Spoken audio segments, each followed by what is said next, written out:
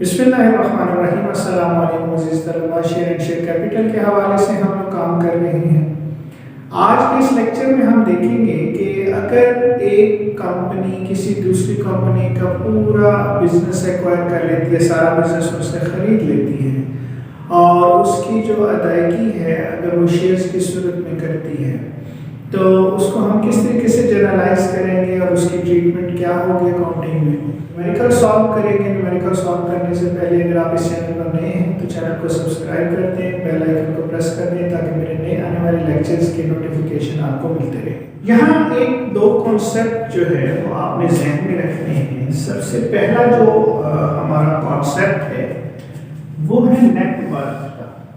Net worth या इसको आप आसान जुबान में बुक वैल्यू कह सकते हैं। अब जिस कंपनी का बिजनेस हम खरीद रहे हैं हमें ये देखना है कि उस कंपनी की जो एक्चुअल सिचुएशन है, जो बुक वैल्यू के मुताबिक उसकी पेमेंट है वो कितनी बनती है। इसको सिंपली आप करेंगे कि जो उसकी एसेट्स की टोटल वैल्यू है उसमें से आपने लेस करनी है उस कंपनी की जो लायबिलिटीज हैं वो आप उसमें से लेस करेंगे और जो वैल्यू हमारे पास बच जाएगी ये हमारी कहलाएगी नेटवर्थ। फॉर एग्जांपल हम ये देख लेते हैं कि कंपनी है और उसके जो एसेट्स हैं वो है 2 लाख रुपीस की और 20,000 उसकी जो लायबिलिटीज हैं। तो इस हिसाब से हम ये कहेंगे कि वो जो बिजनेस हमने एक्वायर किया है उसकी नेटवर्थ या बुक वैल्यू जो है वो 1,80,000 रुपीस। तो अब 1,80,000 पे, लेकिन जब हम वो बिजनेस खरीदते हैं तो यहाँ हम की एक जो बार्गेनिंग की सिचुएशन है वो बनती है।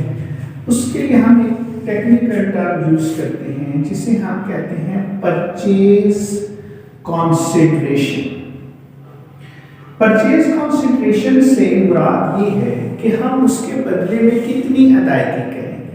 अब देखिए मार्केट की सिचुएशन को देखते हुए जब आप मार्केट में जाते हैं कोई भी शेयर आपने खरीदनी होती है तो आप बार्गेनिंग करते हैं और बाज़ औक़ात शेयर आपको सस्ती मिलती है, बाज़ औक़ात आप महंगी खरीद लेते हैं। तो यहाँ पर भी सिचुएशन ऐसी आप बिजनेस ले रहे हैं उसकी असल वैल्यू 1,80,000 है। तो बाज़ औक़ात ये होगा कि जो आपकी परचेज कॉन्सिडरेशन है वो इससे ज़्यादा होगी। मिसाल के तौर पर हमारी जो परचेज कॉन्सिडरेशन है वो 2 लाख रुपीस है, जबकि नेटवर्थ जो हमने कैलकुलेट की है वो 1,80,000 है। इसका मतलब कि आप 20,000 रुपीस उसकी असल वैल्यू से ज्यादा पे कर रहे हैं। तो ये जो 20,000 आप एडिशनल पे कर रहे हैं इसको हम गुडविल कंसीडर कर लेंगे कि ये उस बिजनेस की गुडविल है जो आप उससे ज्यादा अमाउंट की सूरत में पे कर रहे हैं।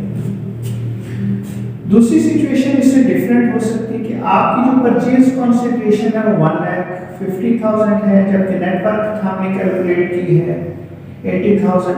तो ये 30,000 हम उससे कम पे कर रहे हैं।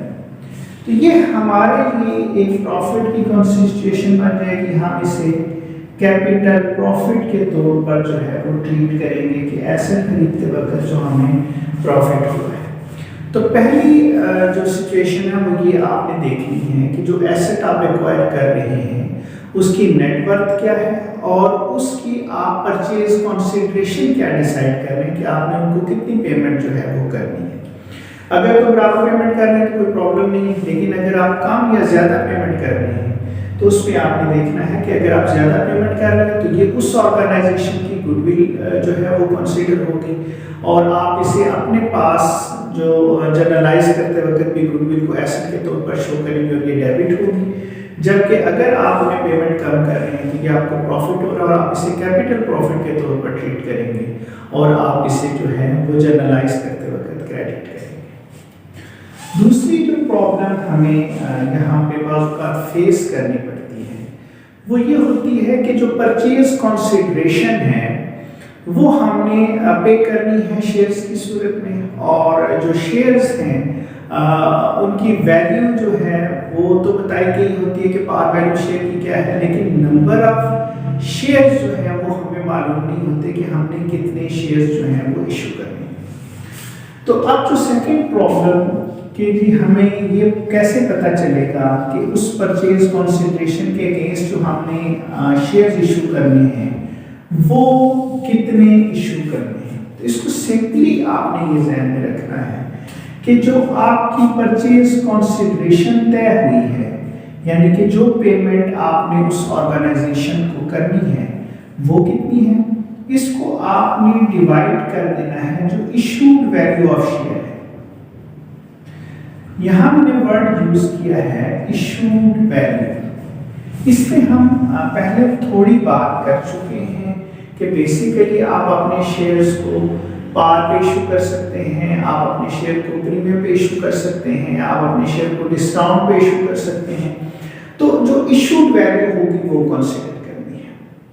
अब यहाँ मैं इसी एग्जांपल को कोट कर रहा हूँ कि अगर हमारी परचेज कंसीडरेशन जो है वो 1,80,000 है और हमारी जो शेयर की पार वैल्यू है वो 10 रुपीज है, तो इट मींस कि हमें 18,000 शेयर्स जो हैं वो इशू करने हैं। तो जब भी क्वेश्चन में उसने आपको ये ना बताया हो कि आपने कितने शेयर्स इशू करने हैं, तो आप ये फार्मूला लगाकर नंबर ऑफ शेयर्स मालूम कर लेंगे कि आपने उस ऑर्गेनाइजेशन को जिससे आपने बिजनेस खरीदा है उसे कितने शेयर्स इशू करने। यहाँ जरा इशू वैल्यू को समझने, पार पे तो हो गया, अगर एट प्रीमियम हो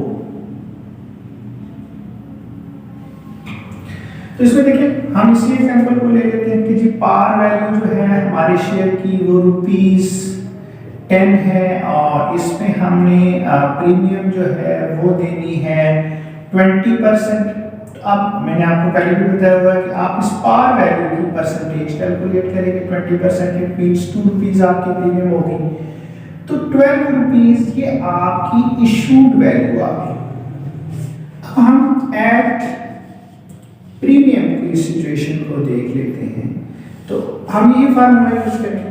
अब आपकी परचेज कंसीडरेशन जो है वो 1,80,000 जो आपने पे करनी है। अब आपका शेयर जो है वो ₹12, तो इट मींस आपको 15,000 शेयर्स जो हैं वो इशू करने हैं। तो यहाँ आप शेयर जब आप प्रीमियम पे इशू कर रहे हैं, आप असल से जायद पे करें, तो इसका मतलब है कि आपको कम शेयर्स जो है वो इशू करने पड़ेंगे। तीसरी जो सिचुएशन हमारे पास बनती है वो होती है एट डिस्काउंट वाली। इसको भी हम देख लेते हैं। मैं इसी एग्जांपल को सॉल्व करता हूँ। पार वैल्यू हमें पता है कि हमारा शेयर ₹10 का है और इसमें हम डिस्काउंट ले लेते हैं। हम फर्ज करते हैं कि कंपनी 10% डिस्काउंट ऑफर कर रही है, तो अब इस पार वैल्यू पर हम ये 10% की कैलकुलेशन कर लेंगे। पार वैल्यू ₹10, इसका 10% भी ₹1 आ गया और ये ₹9 जो है ये हमारी इशू वैल्यू आ गई। अब हमारा शेयर तो पार वैल्यू ₹10 है उसकी, लेकिन हम इशू ₹9 पे कर रहे हैं। अब किसी भी सिचुएशन को देखते हुए हम नंबर ऑफ शेयर्स जो है वो मालूम कर लेते हैं कि अगर हम शेयर एट डिस्काउंट पे इशू कर रहे हैं, तो इस सूरत में देखिए हमारी परचेज कंसीडरेशन तो वही मान लिया कि 80,000 है। अब हम शेयर ₹9 का इशू कर रहे हैं, तो इट मींस कि हमें 20,000 शेयर्स जो हैं वो इशू करने पड़ेंगे। तो अब हमें यहाँ पे ये पता चल गया कि अगर किसी जगह पे हमें शेयर्स की तादाद मालूम नहीं है, तो जितनी पेमेंट हमने करनी है उसके बदले में कितने शेयर्स इशू होंगे वो हम इस फार्मूले को लगाते हुए मालूम कर सकते हैं। और साथ में ये देखा कि अगर हम बिजनेस किसी से खरीद रहे हैं, परचेज कर रहे हैं सारा बिजनेस, तो उनको जो हमने पेमेंट करनी है उसमें अगर हम उनको कम या ज़्यादा अदायगी करेंगे तो उसको हमने किस तरीके से ट्रीट करना है। अब हम जनरलाइजिंग का प्रोसेस करते हैं। उसी एग्जांपल को लेते हैं कि ए कंपनी ने बी कंपनी का सारा बिजनेस ले लिया, तो एसेट्स जो है वो 2 लाख के थे, लायबिलिटीज 20,000 की और 1,80,000 रुपये हमारी परचेज कंसीडरेशन तय होगी। ये हमने उनको पेमेंट करनी है।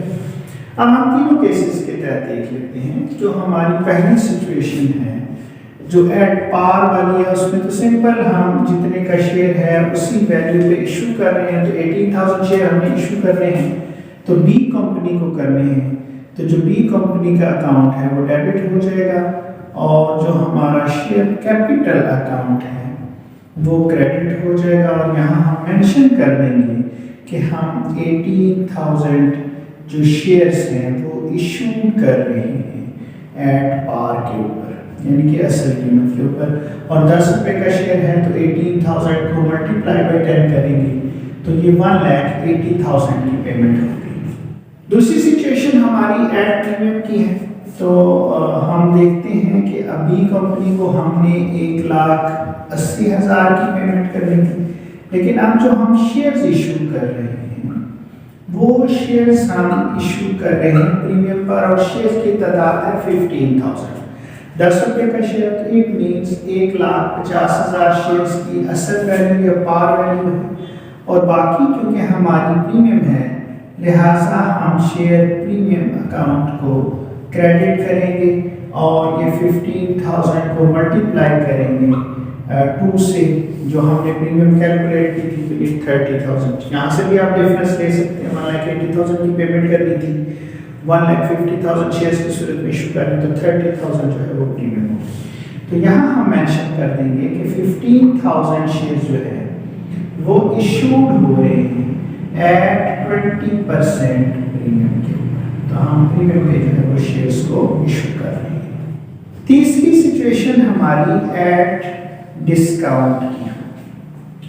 अब इसमें देखिए हमारे पास जो भी कंपनी है उसको हमने पेमेंट जो करनी है वो 1,80,000 की है, और जो हम शेयर्स इशू कर रहे हैं शेयर्स वो हम 20,000 शेयर्स इशू कर रहे हैं, क्योंकि हमारा शेयर जो है वो सबसे कम वैल्यू पे है।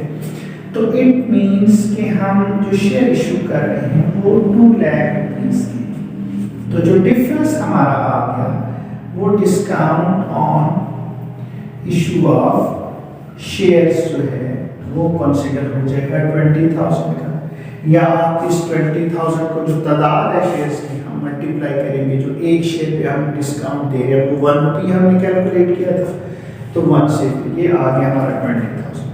तो अब हम यहाँ पे मेंशन कर देंगे कि हम 20,000 शेयर्स जो है वो इशूड कर रहे हैं एट 10% डिस्काउंट। तो ये हमने इसको जर्नलाइज कर दिया। तो उम्मीद है कि नंबर ऑफ शेयर्स निकालना और उसको जर्नलाइज करना जो है वो आपको समझ में आ गया।